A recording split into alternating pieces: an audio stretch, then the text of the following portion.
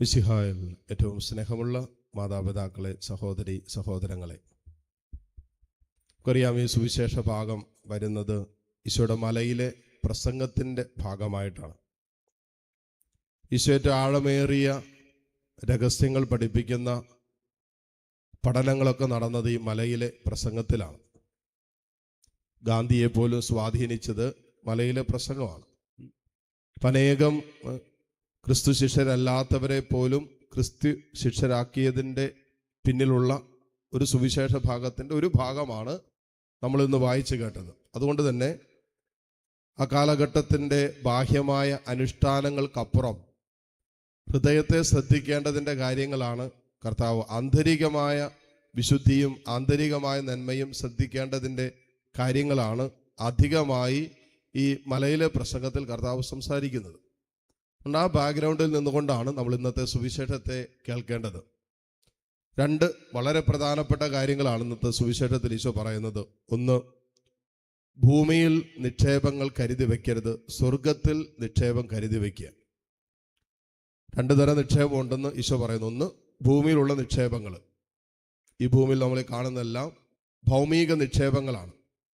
അത് ഈ സമ്പത്തിൻ്റെ കാര്യം മാത്രമല്ല, മറിച്ച് ഈ ലോകം വെച്ച് നീട്ടുന്ന അംഗീകാരം, സൗകര്യം, എന്തുവാകട്ടെ അതെല്ലാം ലോകത്തിൻ്റെ നിക്ഷേപമാണ്. എന്നിട്ട് കർത്താവ് പറയുന്നത്, ലോകത്തിൽ നിക്ഷേപം കൂട്ടിവെക്കരുത്, മറിച്ച് സ്വർഗത്തിൽ നിങ്ങൾക്ക് നിക്ഷേപം ഉണ്ടാകട്ടെ.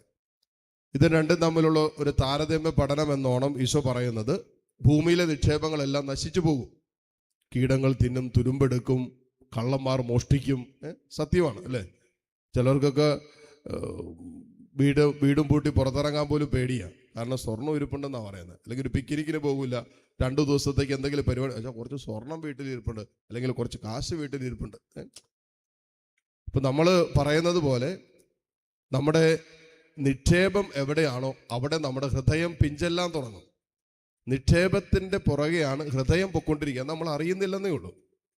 നമ്മളൊന്ന് ശ്രദ്ധിച്ചാൽ മതി, ഒരു ദിവസത്തെ ഒന്ന് ആത്മശോധന ചെയ്താൽ മതി. നമ്മുടെ ചിന്തകൾ, നമ്മുടെ മനസ്സ്, നമ്മുടെ ആലോചനകൾ, നമ്മൾ എന്തിനു വേണ്ടി സമയം ചെലവഴിക്കുന്നു, ഇതൊക്കെ നമ്മൾ അറിയാതെ നമ്മുടെ ഹൃദയത്തിൽ ഇടം പിടിച്ചിട്ടുള്ള നിക്ഷേപത്തിൻ്റെ വിഷയങ്ങളാണ്. ഇപ്പം ഇതിനെക്കുറിച്ച് നമ്മൾ ആകുലപ്പെടുന്നു, അസ്വസ്ഥപ്പെടുന്നു, ഭാരപ്പെടുന്നു. ഇതൊക്കെയാണ് ഹൃദയത്തിൻ്റെ നിക്ഷേപം.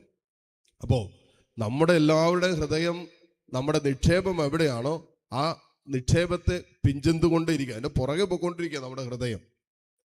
അതുകൊണ്ടാണ് കർത്താവ് പറഞ്ഞത്, നിങ്ങൾ സ്വർഗത്തിൽ നിക്ഷേപം കരുതി വയ്ക്കുക. അതിൻ്റെ പ്രത്യേകത പറയാണ്, അതൊരിക്കലും നശിക്കുകയല്ല, കീടങ്ങൾ തിന്നുകയല്ല, തുരുമ്പെടുക്കുകയല്ല, അതിന് കള്ളന്മാർക്ക് മോഷ്ടിക്കാൻ പറ്റില്ല. അത് ഒരു സുരക്ഷിതമാണ്, നിത്യമായ സൗഭാഗ്യത്തെക്കുറിച്ചാണ് പറയുന്നത്. അത് ഒരിക്കലും നഷ്ടപ്പെട്ടു പോകുന്നതല്ല, നശിച്ചു പോകുന്ന സൗഭാഗ്യത്തെക്കുറിച്ചല്ല, ഒരിക്കലും നശിക്കാത്ത, ഒരിക്കലും നഷ്ടപ്പെടാത്ത, കള്ളന്മാർക്ക് മോഷ്ടിക്കാൻ പറ്റാത്ത, തുരുമ്പെടുക്കാൻ പറ്റാത്ത, കീടങ്ങൾ നശിപ്പിക്കാൻ പറ്റാത്ത നിത്യസൗഭാഗ്യം. സ്വർഗത്തിൽ നിക്ഷേപം കരുതി വെക്കണം. സ്വർഗത്തിൽ പോകുന്ന നിക്ഷേപങ്ങൾ നമുക്കുണ്ടാകണം എന്നുള്ളതാണ്. അത് നമ്മൾ ആത്മശോധനയുടെ വിഷയമാണ്. ഓരോ ദിവസവും പിന്നിട്ട് പോകുമ്പോൾ ഇന്ന് എത്രമാത്രം സ്വർഗത്തിനായിട്ട് നാം നിക്ഷേപം കരുതി വെച്ചു. ഭൂമിയിലെ നിക്ഷേപങ്ങൾ വർദ്ധിപ്പിക്കുന്നതിന് വേണ്ടി മാത്രമാണോ ഈ ദിവസം പ്രഭാതം മുതൽ സായാഹ്നം വരെ ഞാൻ ഓടിയതും ഞാൻ അധ്വാനിച്ചതും കഷ്ടപ്പെട്ടതൊക്കെ എന്ന് ഒരു ആലോചന വിഷയമാക്കി മാറ്റുന്നത് നല്ലതായിരിക്കും. ഇനി രണ്ടാം ഭാഗത്ത് ഈശോ പറയാണ്, കണ്ണ് ശരീരത്തിൻ്റെ വിളക്കാണ്. കണ്ണ് കുറ്റമറ്റതെങ്കിൽ ശരീരം മുഴുവൻ പ്രകാശിക്കും. ഇത് ബാഹ്യമായ നയനങ്ങളെക്കുറിച്ച് മാത്രമായിട്ട് ഈ സുവിശേഷത്തിൻ്റെ പശ്ചാത്തലത്തിൽ ചിന്തിക്കാൻ പറ്റില്ല. കാരണം അങ്ങനെ ഉദ്ദേശിച്ചുമല്ല കർത്താവ് പറയുന്നത്. അതിനേക്കാൾ ആഴമേറിയ അർത്ഥമുണ്ട്.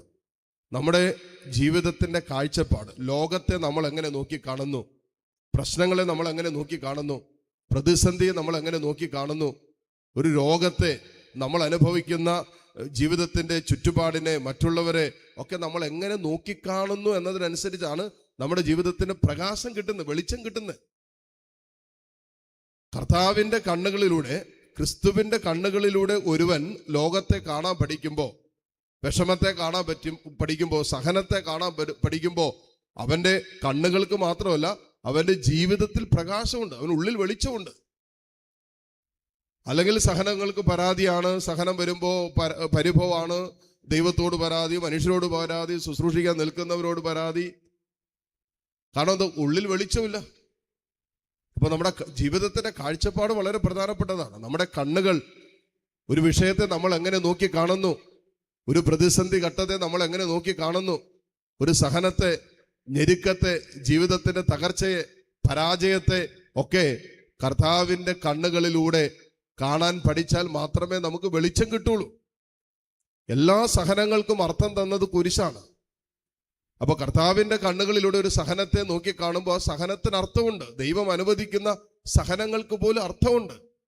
അതല്ലെങ്കിൽ ഇതിനൊന്നും അർത്ഥമില്ലാതെ പോകും. ജീവിതത്തിന് പോലും അർത്ഥം കിട്ടുന്നത് കർത്താവിന്റെ കണ്ണുകളിലൂടെ നോക്കുമ്പോഴാണ്. കാരണം എന്താ? കർത്താവിന്റെ കണ്ണുകളിൽ ഞാൻ വിലയുള്ളവനാണ്. അവനാൽ അവന്റെ രക്തം കൊടുത്ത് എന്നെ അവൻ സ്വന്തമാക്കിയത്. ഞാൻ വിലയുള്ളവനാണ്, വിലപ്പെട്ടവനാണ്, അമൂല്യനാണ്. ഇപ്പൊ എൻ്റെ ജീവിതത്തിന് പോലും എനിക്ക് അർത്ഥം കിട്ടുന്നത്, ജീവിക്കാനും മുന്നോട്ട് പോകാനുള്ള ഒരു ആന്തരിക മനുഷ്യന്റെ ബലം കിട്ടുന്നത് കർത്താവിന്റെ കണ്ണുകളിലൂടെ ഞാൻ എന്നെ നോക്കി കാണുമ്പോഴാണ്.